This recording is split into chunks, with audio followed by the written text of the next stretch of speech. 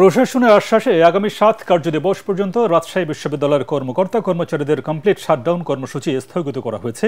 দুপুর ১টায় শহীদ বুদ্ধিজীবী চত্বরে আনুষ্ঠানিক সংবাদ সম্মেলনে এই ঘোষণা দেন কর্মকর্তা কর্মচারীরা।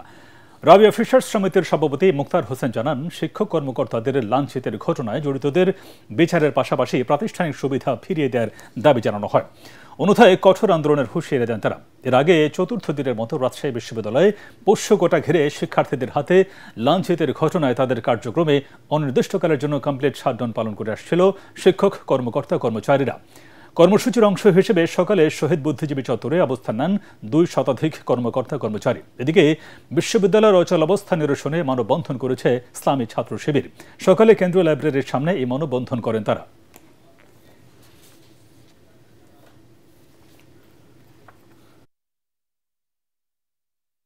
সর্বসম্মতভাবে আমরা প্রশাসনকে ৭ কর্মদিবস সময় দিতে চাই।